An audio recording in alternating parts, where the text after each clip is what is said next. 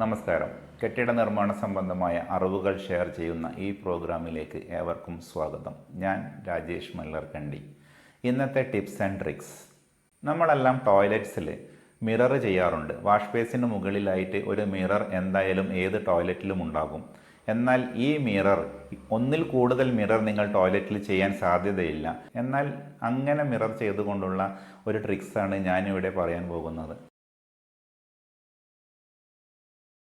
നമ്മുടെ ഷവറിൻ്റെ നേരെ ഓപ്പോസിറ്റ് ഒരു വാള്, മിക്കവാറും നമ്മളത് ടവൽ റോഡ് വെക്കാനായിരിക്കും ഉപയോഗിക്കുക. എന്നാൽ ആ ടവൽ റോഡ് വെക്കുന്ന സ്ഥാനം കുറച്ചൊന്ന് നീക്കിയാൽ, വെറ്റ് ഏരിയയിൽ നിന്നും ഡ്രൈ ഏരിയയിലേക്ക് കുറച്ചൊന്ന് നീക്കിയാൽ നമുക്ക് അവിടെ ഒരു സ്പേസ് ഒഴിഞ്ഞു കിട്ടും. നമുക്ക് വെറ്റ് ഏരിയയിൽ, അതായത് ഷവറിൻ്റെ ഓപ്പോസിറ്റ് ആയിട്ടുള്ള ആ വാളിൽ നമുക്കൊരു സ്പേസ് കിട്ടും. ആ സ്പേസിൽ സെൻട്രലായിട്ട് ഒരു 60 സെൻറ്റിമീറ്റർ നമ്മൾ വാള് കെട്ടുന്ന സമയത്ത്, ചുമര് കെട്ടുന്ന സമയത്ത് നമ്മൾ ഒഴിവാക്കിയിടുക. അതായത് 20 സെൻറ്റിമീറ്ററിൻ്റെ ഒരു വോളാണ് നമ്മൾ കെട്ടുന്നതെങ്കിൽ നിഷൊക്കെ ചെയ്യുന്നത് പോലെ തന്നെ 60 സെൻറ്റിമീറ്റർ നമ്മൾ ഒരു കുറച്ച് ഹൈറ്റിൽ നമ്മൾ ഈ ഒരു സ്പേസ് നമ്മൾ ഒഴിവാക്കിയിടുക. ആ സ്പേസിൻ്റെ മുകളിൽ ലിൻഡൽ ചെയ്തുകൊണ്ട് 2x10 ലിൻഡൽ ചെയ്യുന്ന സമയത്ത് അതിൻ്റെ പിറകു വശം ബാക്ക് സൈഡ് നമ്മൾ ബോർഡ് വർക്ക് ചെയ്യുക. അത് 2 ഇഞ്ച് കനത്തിലേക്ക് നമുക്ക് ബോർഡ് വർക്ക് ചെയ്ത് കഴിഞ്ഞാൽ 15 സെൻറ്റിമീറ്ററോളം കട്ടിങ് ആയിട്ട് ഉള്ളിലേക്ക് നമുക്കൊരു സ്പേസ് കിട്ടും. ഇത് നമ്മൾ ടൈലിൽ കംപ്ലീറ്റ് ടൈൽസ് ചെയ്യുന്ന സമയത്ത് ഈ കട്ടിങ്ങിൻ്റെ ഉള്ളിലെല്ലാം നമ്മൾ നിഷൊക്കെ ചെയ്യുന്നത് പോലെ തന്നെ കവർ ചെയ്യുക. അതിനുശേഷം അതിൻ്റെ പിറകിലുള്ള ആ വോളിൽ നമ്മളൊരു മിറർ ചെയ്യുക.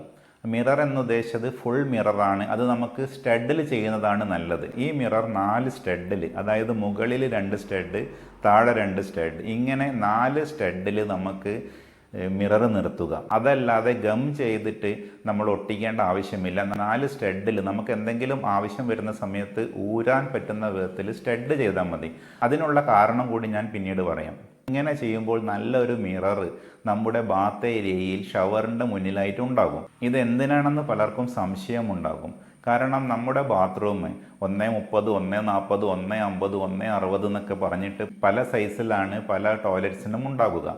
എന്നാൽ ഇത് അത്ര വലിയ സൈസൊന്നുമല്ല. അതുകൊണ്ട് തന്നെ ഇതിൻ്റെ ഉള്ളിൽ നിന്ന് നമ്മൾ കുളിക്കുന്ന സമയത്ത് നമുക്ക് കുറച്ച് സൗകര്യം കുറഞ്ഞതുപോലെ തോന്നാറുണ്ട്. എന്നാൽ ഈ മിറർ വെക്കുന്ന സമയത്ത് അവിടെ ചുമരില്ലാത്തതുപോലെ ഡബിളാവും.